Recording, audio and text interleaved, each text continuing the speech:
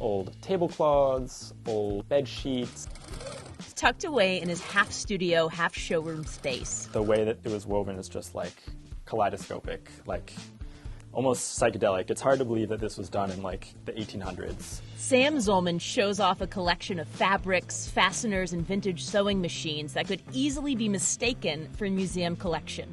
Definitely pre-1900. Some of them are like old underwear buttons, actually, which is kind of funny. I pick and choose who I tell that to. Instead, these materials and tools are the palette and brush to his aptly named clothing company. This probably took me like a few weeks to find, 12 hours to cut and sew. It's a slow process. I say that I'm fixing the male uniform, taking classic menswear silhouettes, but I'm trying to impart on them like a beauty and softness. It's not just the male uniform Sam is bent on fixing with slow process, but also to prove that a clothing company can be successful when it sticks to sustainability, both in small-scale production and fair labor, as well as in the sourcing of fabrics by repurposing what was already in existence. We could stop clothing production for like 100 years and still have tons of fabric to choose from. It is a really big issue. Marina McCoy is a zero-waste expert. She says our country has a huge problem when it comes to overconsumption of clothing. Most fast fashion items from big brands are only worn an average of 5 times before they're thrown away.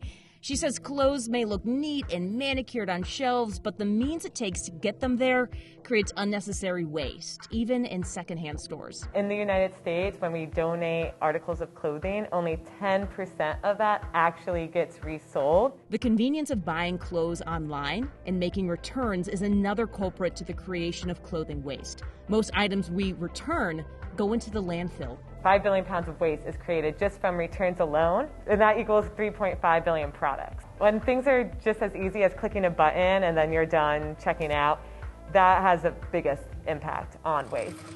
So you have to go really slowly with this type of machine. Another way in which this is a slow process. Reversing the clothing consumption trend will not be a quick fix. Quite the opposite, actually. But what Marina says, what we can do is begin to educate ourselves about the issue and also research the places we choose to make a purchase from, bringing mindfulness into the act of buying. We can help solve it and substantially reduce it, even though it seems very, very overwhelming. This has been my slow process, and I'm hoping that the clothes kind of help people along in their own slow process and appreciating clothing again. While Sam continues to create at his own pace, he hopes to inspire other makers and consumers to look at production and purchasing in a much slower, sustainable way than the previously accepted status quo. The point of it is that it's made with my 2 hands, maybe in time 1 or 2 other people. The intention is to keep it small, and I think that is what growth really means. I'm Vanessa Bashani reporting.